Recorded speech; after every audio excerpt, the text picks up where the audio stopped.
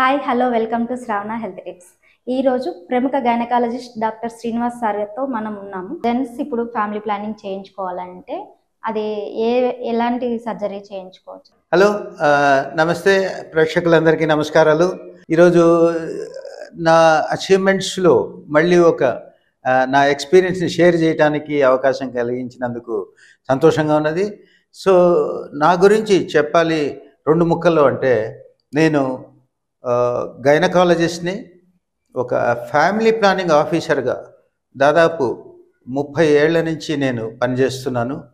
నా work experience 44 ఏళ్ల professional ఎక్స్పీరియన్స్తో, అయితే 20 ఏళ్ళుగా ఫ్యామిలీ ప్లానింగ్లో చేస్తున్నాను. నో స్కాల్పెల్ వ్యాసెక్టమీ అంటే వితౌట్ బ్లేడ్ వ్యాసెక్టమీ ఈ టెక్నిక్ అనేది జెంట్స్కి దాదాపు మనకి 20 ఏళ్ల నుంచి మనం చేస్తున్నాం ఇక్కడ. సో జెంట్స్కి లేడీస్ లాగా కాకుండా పొట్ట ఓపెన్ చేసే అవసరం లేదు. కింద స్క్రోటం దగ్గర చిన్న ఇన్సిషన్ కూడా కాదు, అది ఓపెన్ బ్లేడ్తో కాకుండా చిన్న ఓపెనింగ్ చేసుకుని చేస్తాము. అయితే కొంచెము లాప్రోస్కోపీతో కంపేర్ చేసుకుంటే అది టైం టేకింగ్ ఫర్ జెంట్స్, కానీ వాళ్ళకి ఫాస్టింగ్ కానీ జనరల్ అనస్థీషియా కానీ అవసరం లేదు. లోకల్ అనస్థీషియాలో అయిపోతుంది వ్యాసెక్టమీ అనేది. దానివల్ల కొన్ని ప్రికాషన్స్ తీసుకుంటే 2 వారాల్లో ఎవ్రీథింగ్ వాళ్ళు నార్మల్ అయిపోతుంది. అయితే డిఫరెన్స్ ఏంటంటే జెంట్స్కి లేడీస్ ఇమ్మీడియట్లీ ఆపరేషన్ చేసిన వెంటనే దే ఆర్ స్టెరైల్, అంటే ప్రెగ్నెన్సీ వచ్చే అవకాశం లేదు. జెంట్స్కి అట్లా కాదు, వాళ్ళకి స్పర్మ్స్ నిల్వ ఉంటాయి. 3 నెలల వరకు వాళ్ళు కొన్ని ప్రికాషన్స్ వాడుకోవాలి, కాండోమ్స్ ఇట్లాంటివి అన్నీ కూడా మేము అడ్వైస్ చేస్తాము. అట్లాగే 6 కోట్ల స్పర్మ్స్ 1 ml ఆఫ్ సెమెన్లో ఉంటాయి. అవి 3 నెలల తర్వాత 0 రావాలి. సెమెన్ అనాలిసిస్ కూడా అడ్వైస్ చేస్తాము. సో ఇవన్నీ కూడా ప్రికాషన్స్ తీసుకుంటే మటుకు జెంట్స్కి చాలా ఈజీ. నేను 2001లో చంద్రబాబు నాయుడు గారి దగ్గర ఫస్ట్ గోల్డ్ మెడల్ తీసుకున్నాను. నేను అప్పట్లో హైయెస్ట్ నెంబర్ ఆఫ్ సర్జరీస్ చేసినప్పుడు. అప్పుడే ఆయన స్టేజ్ మీదకి పిలిచి అడిగాడు, నీ సక్సెస్కి కారణం ఏంటి, నువ్వు ఎట్లా చేస్తున్నావు అంటే, సార్ హార్డ్ వర్క్ చేస్తున్నా, నేను సిన్సియర్ వర్క్ చేస్తున్నా, నేను ఒక మంచి పని చేయాలని. అయితే ఇంకొకటి ఏమంటే, యాజ్ ఎ ఫ్యామిలీ ప్లానింగ్ ఆఫీసర్గా నాకు 2 పిల్లలు, నేను మైసెల్ఫ్ ఐ అండర్వెంట్ వ్యాసెక్టమీ. ఇప్పటి వరకు కూడా నా వయసు ఇప్పుడు 68 ఇయర్స్. ఇప్పటికీ యాక్టివ్గా రోజుకి 30 ఆపరేషన్లు చేయగలుగుతున్నాను. I myself underwent vasectomy. Vasectomy వల్ల ఉపయోగాలు ఏంటి సార్? అంటే వ్యాసెక్టమీ ఎవరెవరికి అడ్వైజ్ చేస్తారు?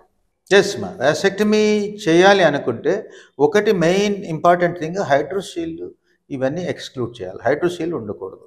కొంచెం వాటర్ ఉంటుంది స్క్రోటంలో. ఇవాళ రేపు బాగా కామన్ అయిపోయింది, చాలామందికి ఉంటుంది. సో అది ఉన్నప్పుడు హైడ్రోసీల్ అనేది సపరేట్గా చేసి అదే దాంట్లో చేస్తాం. సో హైడ్రోసీల్ ఉండకూడదు, నార్మల్ టెస్టిస్ స్క్రోటము ఉండాలా. అట్లాగే బీపీ షుగర్ ఇవన్నీ కూడా కంట్రోల్లో ఉండాలా. ఎక్కువ బాగా లావుగా ఉన్నా కూడా అది ప్రాబ్లం ఏం లేదు. సో ఈ డిసీజెస్ పర్టికులర్గా కాంట్రా ఇండికేషన్స్ అంటూ ఏం లేవు. హై బీపీ ఉన్నా కూడా కంట్రోల్లో ఉన్నప్పుడు చేయాలా, ఎందుకంటే అది మెయిన్ కాంప్లికేషను హెమటోమా, లోపల బ్లడ్ కలెక్ట్ అయ్యే ఛాన్స్ ఉంటుంది. సో అది రాకుండా ఉండాలంటే మిగతా అన్ని కంట్రోల్ చేసుకోవాలి. వ్యాసెక్టమీ చేయించుకున్న వాళ్ళు ఎన్ని రోజుల తర్వాత రికవరీ ఛాన్స్ ఉంటుంది సార్? వాళ్ళకి కూడా యాక్చువల్గా మామూలుగా మేము స్టిచ్ వెయ్యము, వ్యాసెక్టమీకి అవసరం ఉండదు. కానీ ఫర్ ది సేఫ్ సైడ్ ఒక స్టిచ్ వేస్తున్నాము. సో స్టిచ్ వారం తర్వాత తీసేయచ్చు. సో వాళ్ళు 3 months ప్రొటెక్టెడ్ ఇంటర్ కోర్స్, అదొకటి ఇంపార్టెంట్.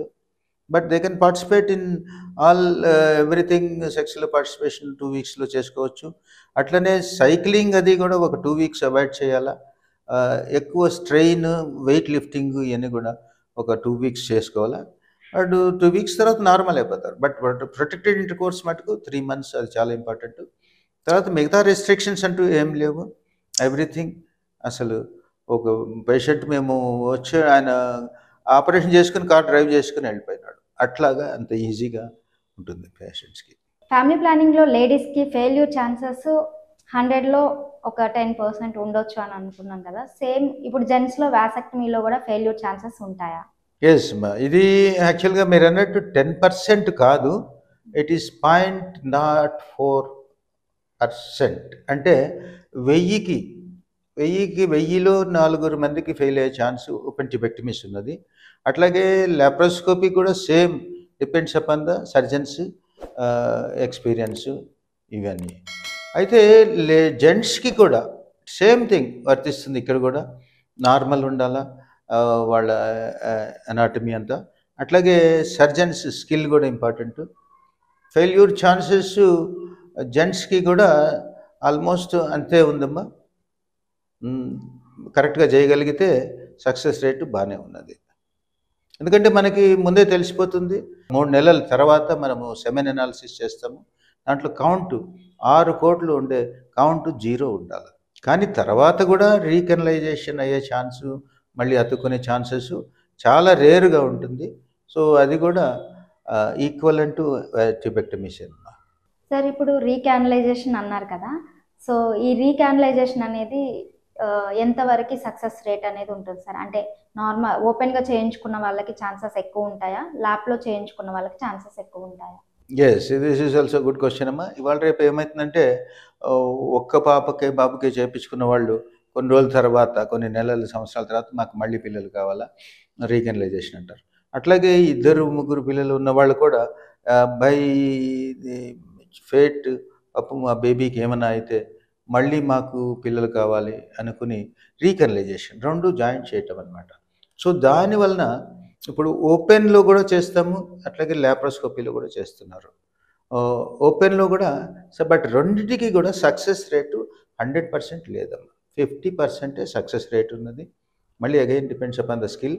కరెక్ట్గా జాయింట్ చేయాలా, జాయింట్ చేసిన తర్వాత మళ్ళీ క్రోమోట్యూబేషన్ అని డై ఇంజెక్ట్ చేసి కరెక్ట్గా అయిందా లేదా చెక్ చేస్తారు. అయినా కూడా దానివల్ల కాంప్లికేషన్స్ ఏంటి అంటే ఎక్టోపిక్ ప్రెగ్నెన్సీస్ వచ్చే ఛాన్స్ ఉన్నదమ్మా. ట్యూబ్లోనే ప్రెగ్నెన్సీ. ఎందుకంటే జాయింట్ చేసిన చోట జైగోట్ ఫామ్ అయ్యి మళ్ళీ అది యూట్రస్లోకి వచ్చేటప్పుడు అది అక్కడ బ్లాక్ అయ్యే ఛాన్స్ ఉంటుంది. సో ఎక్టోపిక్ ప్రెగ్నెన్సీస్ వచ్చే ఛాన్స్ ఉన్నది. బట్ చాలామందికి సక్సెస్ అవుతున్నాయి, చేసుకుంటున్నారు. బట్ డిపెండ్స్ అగైన్ మంచి స్కిల్ సర్జన్ చేత చేయించుకోవాలి. సార్ రీకానలైజేషన్ అనేది చేయించుకోవడానికి మీరు ఎంతవరకు సపోర్ట్ చేయగలుగుతారు? 50% ఛాన్స్ ఉందంటున్నారు కదా, సో అడ్వైజబుల్ మీరైతే ఏం చేస్తారు సార్? ఎస్, దీనికి కూడా ఒక 2-3 పాయింట్స్ ఉన్నాయమ్మా. ఓపెన్ ట్యూబెక్టమీ కంటే కూడా ల్యాప్రోస్కోపిక్ ట్యూబెక్టమీ వలన చేసినప్పుడు ట్యూబ్ డ్యామేజ్ చాలా తక్కువ ఉంటుంది. దానివల్ల సక్సెస్ రేట్ ఎక్కువ ఉన్నది. తర్వాత ఇంకొకటి earliest is the better results. So operation అయిన తర్వాత ఎంత తొందరగా వాళ్ళకి కావాలనుకుని, ఇప్పుడు సపోజ్ ఎర్లీగా 1 ఇయర్ లోపల చేయగలిగితే సక్సెస్ రేట్ ఎక్కువ ఉంటుంది. సో నా ఒపీనియన్లో ట్యూబల్ రీకనలైజేషన్ మొత్తం ఓపెన్ చేసేయటము it's major surgery. It's not like చిన్న సర్జరీ కాదు. సో మేజర్ సర్జరీ చాలా సోఫిస్టికేటెడ్ టెక్నిక్స్ ఇవన్నీ కూడా కూడుకున్న పని. దానికంటే కూడా ఐవీఎఫ్ బెటర్ ఏమో అనిపిస్తుందమ్మా. ఐవీఎఫ్ వలన ఏమవుతుందంటే సపరేట్గా బట్ జాగ్రత్తగా కరెక్ట్గా చేయగలిగితే ఐవీఎఫ్తో కూడా సక్సెస్ రేటు 100% లేదు, బట్ మంచి కొన్ని చోట చేపిస్తుంటే. సో రీకనలైజేషన్ కంటే కూడా ఐవీఎఫ్ కొంతవరకు అఫోర్డబుల్ అయితే మటుకు బెటర్ అని అనిపిస్తుంది. సో నన్ను కాంటాక్ట్ చేయాలి అనుకుంటే వెరీ ఈజీ టు రిమెంబర్ 9000004423 నంబర్కి కాంటాక్ట్ చేయొచ్చు. Thank you so much. మీకేమైనా డౌట్స్ ఉంటే కామెంట్ రూపంలో తెలియచేయండి. Please like, share and subscribe Shravana health tips.